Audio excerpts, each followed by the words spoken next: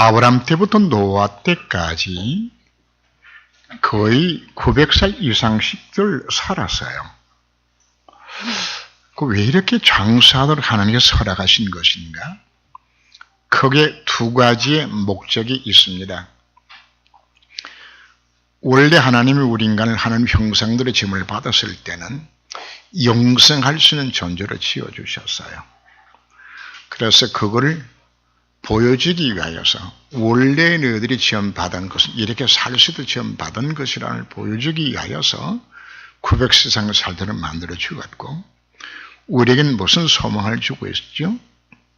영원한 하나님 나라에서 영생할 수 있는 그 몸으로 바꿔줄 것을 우리가 보여주고 있는 사건이 될 수 있습니다. 그러나 또 한 가지 더 중요한 것은 언약의 전달을 위하여서 장수하게 만드는 겁니다. 아담이 셋을 낳게 되지고 그 후대 6대손이 에녹인데, 에녹이 약 300살 될 때까지 아담이 살아있었어요. 그리고 그 노아 홍수를 우리가 기억하죠. 노아가 거의 95세, 100세 가까이 될 때까지 아담이 살아있었어요. 하나님 왜 그렇게 하셨을까요? 바로 창조와 타락과 이 모든 사건들을 뭐하도록 후대에 전달할 수 있도록 만들기 위해서 만들어 놓은 거죠. 홍수 이후에 그럼 노아는 어디만큼 살았던 것인가? 아브람 나이 60세 될 때까지 노아가 살아있었어요. 그럼 뭘 전달했을까요? 창조와 타락과 홍수 사건과 바벨 사건들과 이 중요한 비밀들을 전달을 다 해주는 거죠. 그래서 이 언약의 전달 위해서 하나님은 노아까지 900 이상, 950회까지 살도록 만들어 주었어요. 이렇게 해서 전달될 수 있도록. 아브라함이 이삭을 낳고 이삭이 야곱을 낳고 야곱이 요셉을 낳는 족장들의 후대가 연결되어지죠. 거기도 보면은 야곱이 15살 될 때까지 아브라함이 살아있었어요. 그리고 요셉도 이삭이 언제까지 살아있던 것인가 하면 이삭의 나이, 그러니까 요셉의 나이 30대 될 때까지 이삭이 살아있었어요. 그러니까 17세 팔려가기 전에 누구랑 함께 있었을까요? 이삭과 함께 있었겠죠. 그럼 아브라함은 예수와 야곱에게 무슨 이야기를 했을까요? 노아로부터 들었던 창조와 타락과 노아 홍수 사건들, 바벨 사건들 뿐만 아니라 가나안 때 일어났던 그 놀라운 사건들을 설명을 해 주었겠죠. 그죠? 또 이삭은 야곱의 12 아들들에게 뭘 전했을까요? 이 언약의 비밀을 다 전달해 준 겁니다. 그래서 여기서 우리가 중요한 것이 격대 교육입니다. 할머니, 할아버지가 손자, 소녀들에게 이 언약의 비밀을 전달해 주는 참 중요한 것이죠. 후대 가슴 속에 이 비밀을 심어줘야 되는 겁니다. 저는 아브라함이 야곱에게만 전하고 에서에게는 전하지 않았다고 생각하지 않습니다. 꼭 같은 쌍둥이니까 둘이 같이 전했겠죠. 그죠? 또 이삭이 자기 손주 12명에게 꼭 같이 이 언약의 비밀을 전달했겠죠. 그런데 이 언약의 비밀은 에서는 놓치고 야곱이 이 언약의 비밀을 잡죠. 야곱이 12아들 가운데 누구만 잡았죠? 요셉만 이 언약의 비밀, 이걸 잡아요. 우리가 언약의 메시지가 강단 선포가 되었을 때에 그냥 같이 듣기는 다 같이 다 듣습니다. 이 언약을 에스처럼 바꿔서 흘려버릴 것인지 야곱처럼 받을 것인지, 아니면 요셉처럼 받을 것인지 요셉 형들처럼 그냥 흘러버릴 것인지 신앙산의 성표는 여기에 달려있습니다. 언약의 말씀을 정말 붙드는 그 사람이 이 축복 속에 들어가게 되는 것이거든요. 그래서 오늘 우리가 메시지를 들으면서도 하나님이 내게서 나의 언약을 이 메시지를 우리가 받아야 되는 겁니다. 듣고서 참고사항으로 인생의 참고하는 인생으로 끝나집니다. 천국은 침노를 당하나니 침노하는 자가 빼앗는다고 말씀을 합니다. 순서대로 보면은 에서가 장자입니다. 그런데 이걸 누가 빼앗았죠? 야곱이 빼앗습니다. 천국은 침노를 당하는 겁니다. 누가요? 보호만이 모은 축복을 정말 들었다면은 이걸 내 것으로 삼아야 되겠다고 결단한 그 사람이 빼앗게 되는 겁니다. 몇을 들어도 내 것을 만들지 아니하면은 결국은 다 듣고서도 예수 인생으로 끝나지게만 합니다. 나중에 후회도 소용없어서요. 그래서 천국은 장자 될 수 없었던 야곱이 도전해서 장자축복을 받아냈잖아요. 이 비밀을 깨달았던 요셉이 창세기 3장 15절 말씀 언약을 붙들고 기도로 도전했죠. 이스라엘의 규례가 장자에게는 2몫을 줘요. 그럼 이스라엘 12지파 가운데서 누가 2몫을 받았죠? 요셉 지파가 2몫을 받아요. 에브라임과 모나서 2지파가 되도록 2몫을 받습니다. 그럼 누가 장자죠? 요셉이 장자입니다. 루벤이 있는데 누가 장자가 됐다고요? 요셉이. 그래서 성경을 말을 하고 있는 겁니다. 친구는 침노하는 자가 빼앗는다고 말씀하는 겁니다.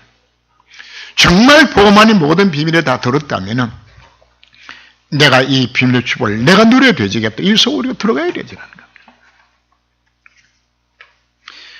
오늘 12절 말씀 보면은 그러므로 나의 사는 자들아 너희가 나 있을 때뿐 아니라 더욱 지금 나 없을 때도 항상 복종하여 두렵고 떨림으로 너희 구원을 이루라고 이야기하는 것은 바로 이 천국을 침노해서 구원의 축복을 들어가라고 요구를 하는 것입니다.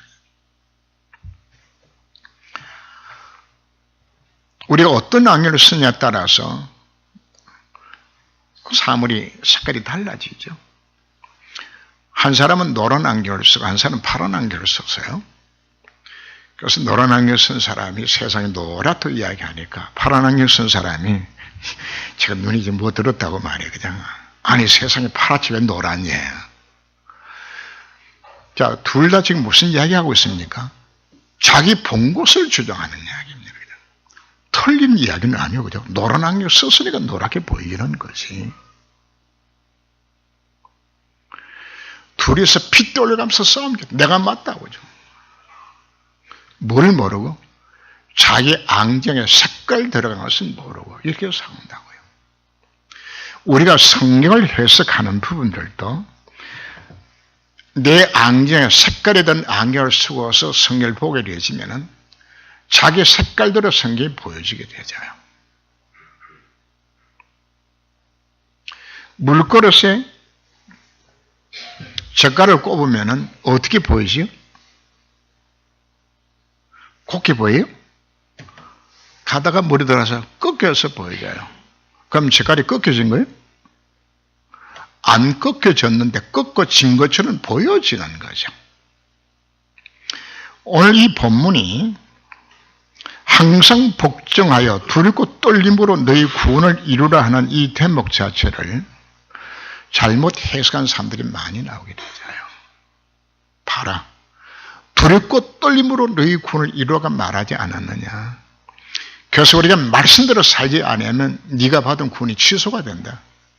제일 많이 인용하는 구절입니다.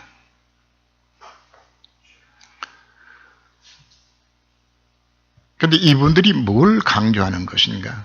2000년의 역사 속에 정통 신학 자체를 깡그리 부정해버리고 내가 보는 것이 맞다. 왜?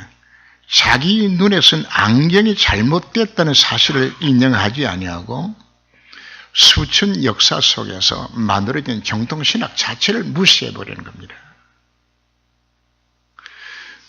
그동안에 수많은 이단들이 세상에 일어났어요. 그래서 이걸 벗어나기 위해서 수많은 학자들이 모여서 연구하고 성경 말씀을 밝히고 해서 만들어낸 교리 자체가 청교리에 나와 있는데, 이 교리 자체를 자기가 잘못 쓴 안경 속에서 봤다고는 인정하지 않고, 왜? 분명히 자기 눈으로 보니 그렇게 보여지니까 이것 갖고 강조하는 겁니다. 그래서 지금 요즘 또 많이 나오는 이단이 또 뭐가 나오는 것인가 하면 시한부 종말론이 또 떠요. 사실 신천지도 저거 종말론입니다. 시한부 종말론입니다. 이 사람들 이야기 들어보면 100% 그 이야기 맞는 것은 보여줘요. 자기 그 안경 쓰고 보니까. 그래서 우리가 왜 정통교리가 왜 필요하며 신학교 가서 왜 정통신학을 왜 배우는 것인가? 뭐 하기 위해서? 그랬던 안경을 벗고서 보도록 눈을 열으라고 이야기하는 부분들입니다. 그럼 왜 구원이 취소된다는 이런 생각들을 갖게 되는 것인가? 본래 그 신앙 색깔 자체가 뭘 많이 들어온 것인가? 율법적인 신앙을 관한 부분을 메시지를 많이 들어왔고, 그 메시지가 딱 들었을 때 맞다 이게 들어갔거든요. 왜 들어가는 것인가? 본인 체질이 율법이야. 체질이. 그 이야기에 맞게 보여지는 거죠.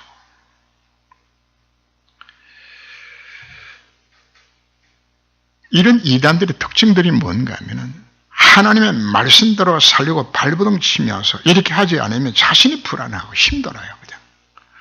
이 잣들을 갖고서 보게 되지니까 틀린 판단이 나오게 되지는 겁니다. 결국은 성경을 복음을 받아도 복음의 눈으로 성경을 보는 눈 자체가 가려워지는 겁니다. 신앙생활은 내가 열심히 해서 되는 것이 아닙니다. 되어주는 겁니다. 제가 잘 아는 목사님이 그런 간증을 하더라고요.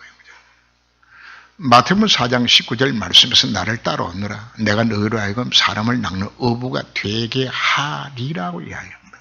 되라고 말하지 않았어요. 되리라고 이야기했어요. 사도행 1장 8절 말씀에서 땅끝 이르러서 내 정인이 되라고 하지 않고 되리라고 말씀했는데, 이분이 성경을 100독 이상 한 분입니다. 이분이 뭐라고 간증하는 것인가 하면은, 내가 성경을 100독을 했는데 지금까지 되라고 읽었지 되리라고는 그게 안 보였단 이야기를.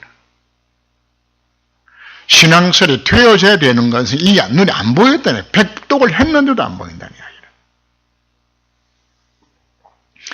열매를 내가 맺는 것이 아니라 맺혀지는 겁니다. 구원은 우리가 은혜로 받는 것입니다. 되어져야 맞는 부분들입니다. 너희가 내 안에 있으면 이사는 과실 많이 맺나니 나를 떠나서 너희가 아무것도 할 수 없는 겁니다. 있으면 맺혀져야 맞는 겁니다. 이삭이 뭔가 열심히 해서 백배 축복 받았나요? 아니요. 언약의 말씀을 붙들고 그 안에 있었더니 되어지는 겁니다. 겉보기는 정말 열심히 잘하는 것처럼 보여지는데 문제가 해결되는 거 아무것도 없는 사람이 있어요. 왜 그런 것인지 압니까?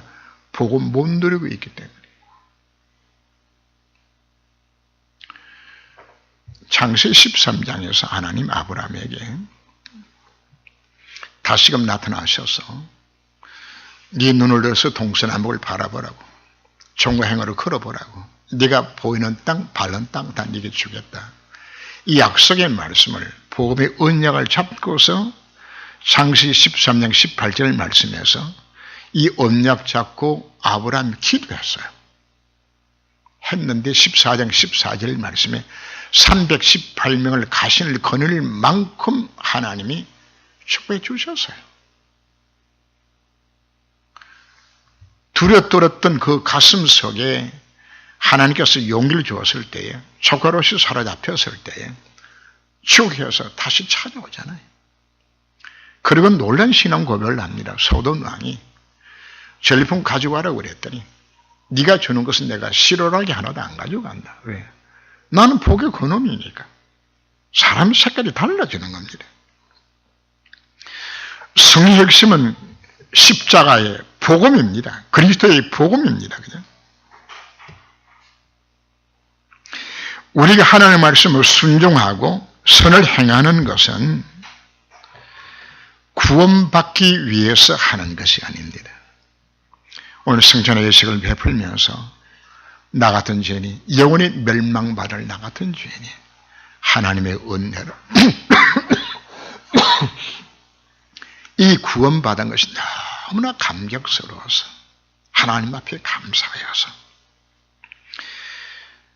이제는 주님을 위해서 내가 살겠다고.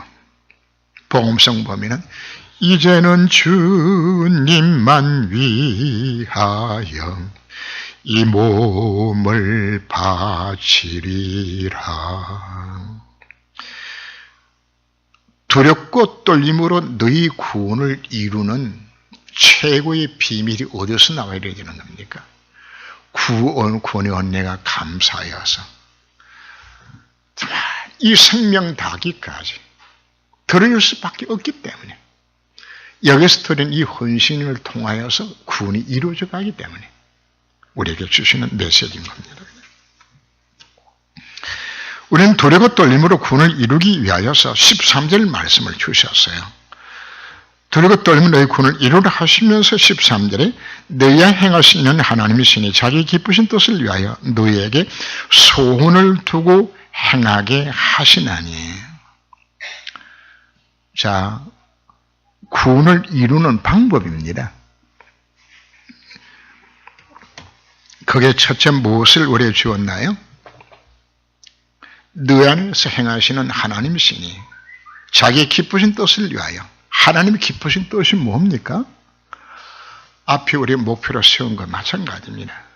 하나님 절대 목표를 찾고 이 목표를 내가 뭘 할 것인지를 찾는 절대 사명을 깨닫고 여기에 절대 헌신하는 것이 하나님의 기쁘신 뜻입니다. 이 뜻을 깨닫게 만들기 위하여서 너희 안에 누가 행한다고요? 그리스도께서 내 안에 행한다고 말씀을 하는 겁니다. 하나님의 영이요 그리스도의 영 되신 성령께서 내 속에 나와 함께 하셔서 그분이 나의 갈 길을 인도하시고 그분이 능력으로 역사하셔서 나로 하여금 이 구원의 축복을 누리게 만들어주시고 하나님 뜻을 깨달아서 그 인생을 하나님 기뻐하는 뜻을 이루는 삶을 살아가도록 내 속에 함께 하시겠다고 약속하고 있는 겁니다. 그래서 고린도서 2장 9절에서 12절 말씀을 보면은 하나님의 모든 깊은 것을 누가 압니까? 성령이 아시는 거예요. 성령께서 내게 뭘 깨닫게 해줘야 되죠? 하나님의 기쁘신 뜻이 무엇인지를 깨닫게 만들어줘야 되는 겁니다. 그럼 우리가 어떻게 하나님 기쁘신 뜻을 우리가 찾아갈 수 있는 것인가? 걸어서 주신 메시지가 로마서 12장 1절 2절 메시지가 나오는 겁니다. 그죠? 그러므로 형제들아 내가 하나님의 모든 자비하심으로 너희를 권하노니 너희 몸을 하나님이 기뻐하시는 거룩한 산 제사라 드리라. 이런 너희들 영적 예배니라. 그냥 정말 하나님의 기쁜 뜻을 이루는 삶을 살기 위하여서 산 제사로 나는 죽고 정말 주의 뜻이 이루어지는 것을 내 인생에 살기 원함이란 자세가 서라고 이야기합니다. 너희는 이 세대를 본받지 말고 오직 마음으로 새롭게 함으로 변화를 받아서 무슨 변을 받으라고요? 지금까지 내 인생이 창세기 3장의 나의 중심으로 창세기 6장의 물질 중심으로 창세기 11장의 성공 중심으로 살아왔던 내 인생의 모든 삶의 방향을 바꾸라. 그리고는 어떻게 하라고요? 하나님의 선하시고 기뻐하시고 온전한 뜻이 무엇인지 분별하라고 요구를 하는 겁니다. 우리 하나님 뜻을 우리가 찾아야 합니다. 어디서 찾을까요? 바로 4장 1장 1절과 3절과 8절 말씀 속에서 찾아야 되는 겁니다. 4장 1장 1절 예수가 누굽니까? 그리스도입니다. 다 이루었습니다. 내 세답이 정말 되셨습니다.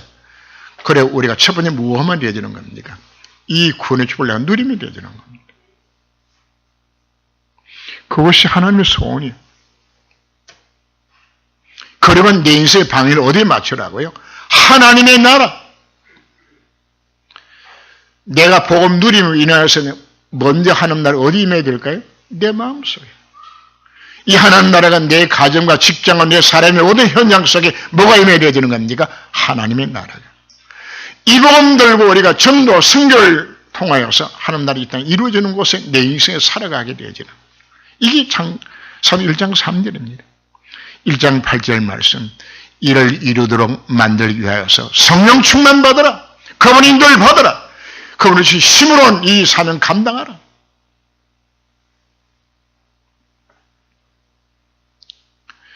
하나님의 기쁘신 뜻을 위하여서 너희로 하여금 무하도록 소원을 두고 행하게 하시겠다고 말씀을 합니다.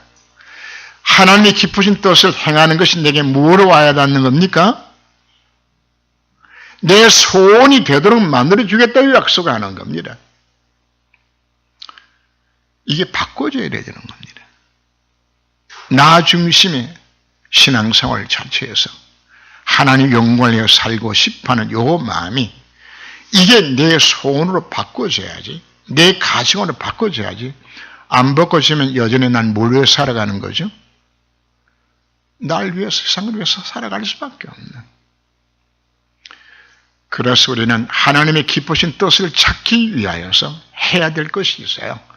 성령께서 깨닫게 해야 되지는데 언제 깨닫게 해주시죠? 예배를 통하여서.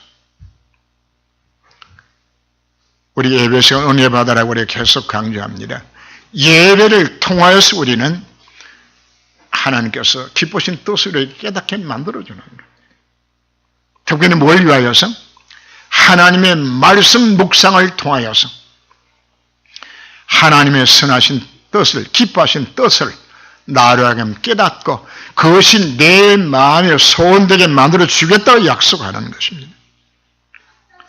그래서 두렵고 떨림으로 너희 구원을 이루라고 말씀하는 것은 내 구원이 취소가 될까 싶어서 겁내면서 예수 믿는 말이 아니고 어떻게 하면 하나님의 기쁘신 뜻을 내가 찾아서 이것이 내 마음의 소원이 되어져서 정말 이 구원을 이루는 곳에 내 인생에 쓰임받을 것인가? 이게 문맥의 흐름입니다. 이것 하라고. 하박국 2장 1절 말씀에서 그가 내게 무엇이라 말씀하실는지 기다리며 바라보며 나의 질문에 대해 어떻게 대답하실는지 보리라 하였더니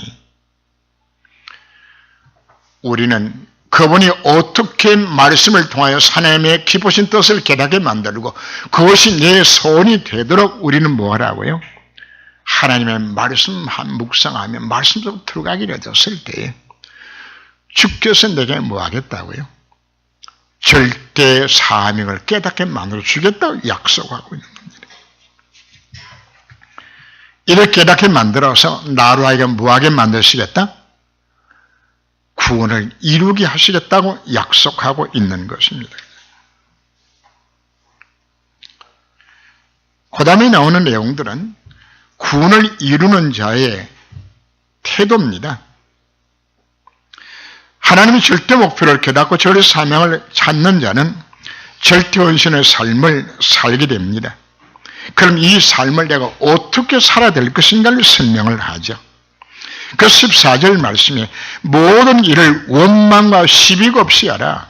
이는 너희가 흠이 없고 승인하여 어그러지고 거스르는 세대 가운데서 하나님의 흠없는 자녀로 세상에서 그들 가운데 빛들로 나타내며 모든 일에 뭐 없이 하라? 원망과 시비 없이 하라고 우리 말씀합니다. 우리가 닥치는 문제 속에서 우리는 불평이나 원망하지 말고 모든 일에 하나님 앞에 감사하며 그 속에 숨겨져 있는 하나님의 계획을 찾는 기회로 삼으면 되는 겁니다. 우리가 하나님의 뜻을 찾는 방법이 말씀을 통해서 우리가 하나님의 뜻을 찾지만은 또 하나의 방법은 문제와 사건을 통해서 우리는 하나님의 계획을 찾아가는 거거든요.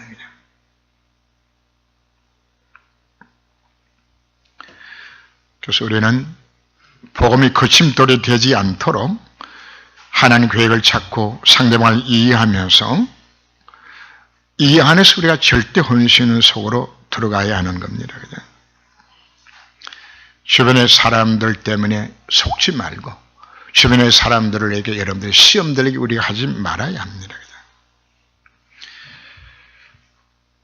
험하고 순진하고 어린 세대 가운데서 험없는 자녀로 나타나도록 우리에게 요구를 합니다. 우리로 하여금 세상의 빛이라고 말을 합니다. 왜 우리가 참 멋있는 인생을 우리가 왜 살아가게 되죠? 왜 복음 들으면서 야, 저 사람 정말 참 괜찮은 사람 인정 왜 받아야 되는 겁니까? 복음 때문입니다. 나 한 사람의 말과 행동 때문에 복음의 문이 닫히도록 만들면 안 되잖아요. 이거 얼마나 여러분들에게 성경은 강조하는 것인가 하면 너 한 사람 때문에 상대방의 실족해서 예수 못 믿게 만들었거든. 차라리 연단 맷돌 네 목에 매이고 빠져 죽으라고 이야기해요. 왜요? 그래서 두렵고 떨림으로 네 구원을 이루라고 말하는 핵심이 어디에 있는 것인가? 바로 구원 역사 네 인생에 쓰임 받아들여지는 것인데 네 잘못으로 인하여서 네 실수로 인하여서 네 잘못된 행동으로 인하여서 상대방이 실족해서 예수 못 믿게 될 수 있다. 그래서 두려고 떨림으로 구원 역사 이루는 것에 빛들로 나타나고 우리에게 요구하고 있는 것입니다.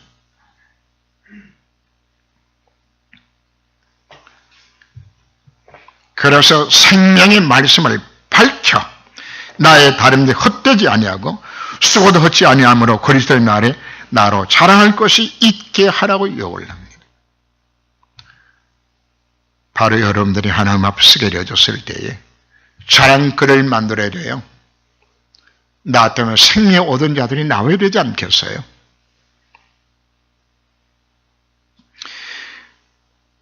우리의 다름질과 우리의 모든 그리스도인의 수고가 헛되지 않고 복음의 열매, 복음 누림과 증인의 열매가 우리 삶 속에 맺혀져야 되는 겁니다. 이것이 바로 나를 부르신 하나님의 기쁘신 뜻이 여기 있는 겁니다. 이렇게 구원을 이루라고 나를 불러주신 것입니다. 장사꾼이 물건을 팔다가 상대방의 시비를 걸어도 장사꾼은 화가 이만큼 치올라도 참고 웃는 얼굴을 해요. 그냥. 진짜 장사꾼은 얼굴에 침을 탁 뱉으면은 그냥 씹웃으며 닦아서 그냥 또 팔아요. 그게 진짜 장사꾼이에요. 우리는 무슨 장사꾼이요? 복음 장사꾼. 복음 장사꾼. 이 복음 전가하기 위해 가지고 장사꾼 속에 그냥 설계도 다 빼고서 우리가 장사해야 진짜 장사꾼 되는 것처럼 복음 전가해서 무도 다 빼버리라고요? 설계 빼고 별도 없이 그냥. 근데 상담이 한마디만 부르르 해가지고 한 번 붙으면 그날로 다 그 복음 다 끝나는 겁니다. 하지 말아요. 우리는 무슨 장사꾼이라고요?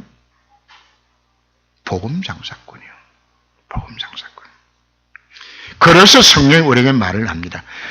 의를 위하여 핍박을 받는 자는 복이 있나니 천국이 저희 것이며.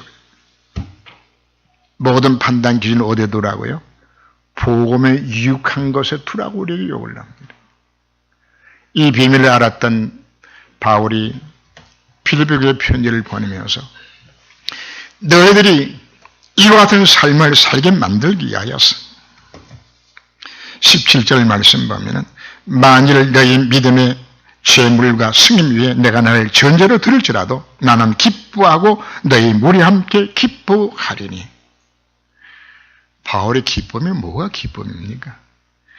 빌립보 교회 성도들이 복음 안에 있어서 전도 제자로 세워지는 것이 바울에게 뭐래? 이걸 너무 기쁘다고 해요. 정목사의 진짜 기쁨이 무엇일까요? 여러분들이 전도 제자로 세워지는 것이 정목사에는 가장 큰 기쁨이 되는 겁니다. 이걸 위해서 바울이 뭐라고 표현하는 것이가 내가 전제로 드릴지라도 감람류 기름을 짜는데 감람유를 비틀면은 기름이 떨어집니다. 했을 때 감람 열매 하나에서 기름 한 방울씩만 뽑아요. 관유를 만들 때는 비틀어서 짜서 한 방울씩 모아서 이걸 그릇에 담아가지고 이걸로 거룩하게 하나님 앞에 드리게 되지고 뿌리가는 곳을 쓰는 것이 관유인데, 이 관유를 다 제물에 다 붓기까지. 그 디모데 4장을 보면은 바울이 자기 자신을 전제와 같이 내가 다 부음이 되고, 바울은 자기의 생명 다기까지 자기 모든 진역을 다 부어서라도 너희들이 이와 같이 전도자로 세워진 걸 원하고 그걸 기뻐한다고 표현하고 있는 겁니다. 이와 같이 너희도 기뻐하고 나와 함께 기뻐하라고 요구를 합니다. 영어로 기쁨이 뭐가 기쁨이죠? joy라는 단어를 사용합니다. J-O-Y입니다. 이 순서를 지키는 것이 구원을 이루는 삶입니다. 여기에 참 기쁨이 옵니다. 첫 단어가 J입니다. J는 누구를 의미할까요? 지저스. 예수가 첫째요. 복음이 첫째요. 하나님의 영광이 첫째요. 두 번째, O가 나는 O거든. O는 영어로 O-T-H-E-R, O들, 다른 사람. 두 번째는, 첫째는 그리스도, 두 번째는 다른 사람의 유익을 위하여서 복음 때문에 우선순위를 두는 겁니다. 세 번째가 유입니다. 그죠? 바로 나를, 당신이 유거든. 납니다. 그죠? 순서를 갖춰줘야 하나님 주신 누가 온다고요? 이 기쁨 속에. 이것이 너희 구원을 이루어 오늘 말씀하셨는데, 이 구원을 이루는, 구원의 축복을 누리며 성인되어지는 방법이 바로 J-O-Y에서 찾아라고 요구를 하는 겁니다. 복음 안에 모든 혈압이 다 돌아도 이 복음의 언약을 붙들기 복음 누리라. 그분의 영광 돌리라. 그리고 오늘 다른 사람을 생각하면서 복음 전하는 것은 인생의 생을 받아라. 그리고 네 자신을 위하여 주님 앞에 쓰게 되질 때에 너희 구원을 이루게 되지는 이 축복이 임하게 될 것을 약속해 주셨습니다. 이 축복을 누리는 여러분 되시길 주 이름으로 축원합니다. 기도하며 항상 복종하여 두르고 떨림으로 너희 구원을 이루라고 우리에게 말씀하셨습니다. 하나님의 절대 목표를 깨닫고 나의 절대 사명을 찾아주고 여기에 절대 헌신할 수 인생 되기까지 하나님이 간섭하여 주옵소서. 이를 위하여서 하나님 기쁘신 뜻이 무엇인지를 찾기 위하여 말씀 앞에 쓸 때에 성령께서 내 마음속에 소원을 두고 행하게 하시겠다고 우리 약속해 주셨습니다. 그러게 되는 복음을 위하여서 저의 삶을 살아갈 수 있는 1순위는 그리스도요, 2순위는 다른 사람이요, 3순위로 내 인생을 두고서 이 구원을 이루는 곳에 살아가기를 결단한 사랑 성도들에게 이 말씀이 오늘 생명의 말씀으로 와닿고 결단은 귀중한 시간 되기까지 하나님이 간섭하여 주옵소서.